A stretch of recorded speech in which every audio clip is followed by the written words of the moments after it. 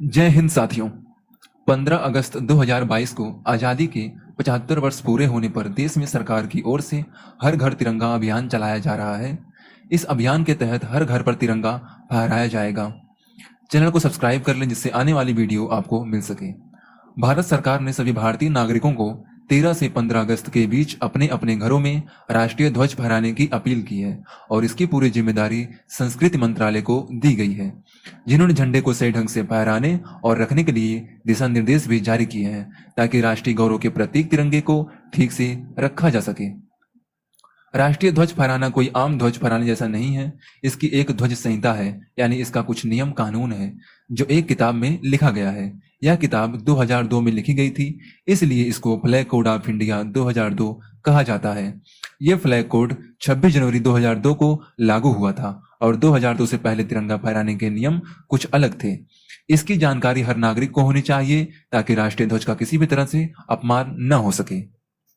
आज हर घर पर तिरंगा अभियान चलाया जा रहा है, लेकिन एक समय था जब ये सब करना कानूनन जुर्म था। लेकिन फ्लैग कोड 2002 में ऐसे कई संशोधन हुए जिससे आज तिरंगा हर घर में, हर हाथ में आसानी से पहुंच पा रहा है। आइए आपको थोड़ा पीछे ले चलते हैं। देश में तिरंगे का उपयोग, प्रदर्शन और फहराने को लेकर 2002 में नियम बनाया गया था कि झंडा केवल कपास, ऊन, रेशम और खादी से ही बनाया जा सकता है और वो भी केवल हाथों के द्वारा बनाया जाता था। और यह भी नियम था कि झंडे को सूरज निकलने के बाद और सूरज अस्त होने से पहले ही फहराया जा सकता था। झंडा फटा न हो, गंदा न हो और कभी नीचे न गिर पाए। ये झंडा कभी पानी और मिट्टी को न छूने पाए। ऐसे बहुत सारे नियम हैं, लेकिन समय के साथ इसमें बहुत सारे बदलाव हुए। 30 दिसंबर 2021 को फ्लैग कोड 2002 में संशोधन किया गया, जिसके बाद अब आप तिरंगे को दिन और रात में भी फहरा सकते हैं। जो झंडा हाथ से बनाया जाता था अब वो मशीन व पॉलिस्टर से बनाए जाने लगे हैं। इस संशोधन के बाद तिरंगे को हर घर पर फहराया जा सकता है। सभी झंडे BIS यानी भारतीय मानक ब्यूरो द्वारा प्रमाणित किए जाते हैं। सभी झंडे इन्हीं के हिसाब से बनाए जाते हैं। झंडे 9 आकार में बनाए जाते हैं, जिनमें सबसे छोटा झंडा 6x4 इंच और सबसे बड़ा झंडा 21x14 इंच का होता है।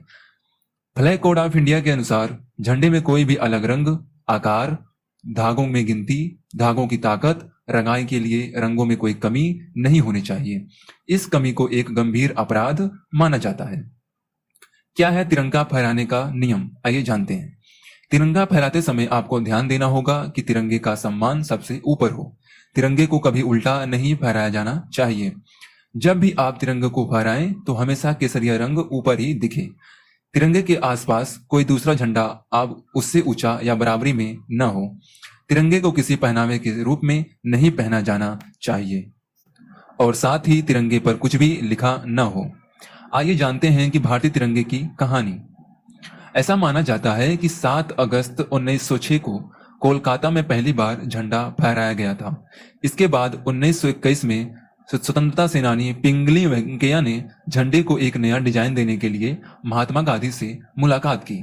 उस दौरान उसमें 2 लाल रंग की पट्टी और एक हरे रंग की पट्टी रखी गई थी।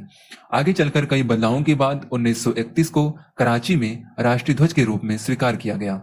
इस तरह 22 जुलाई 1947 को संविधान सभा की बैठक हुई, जिसमें भारतीय ध्वज को उसके वर्तमान स्वरूप को मान्यता मिली और इस प्रकार से हमारा तिरंगा बना।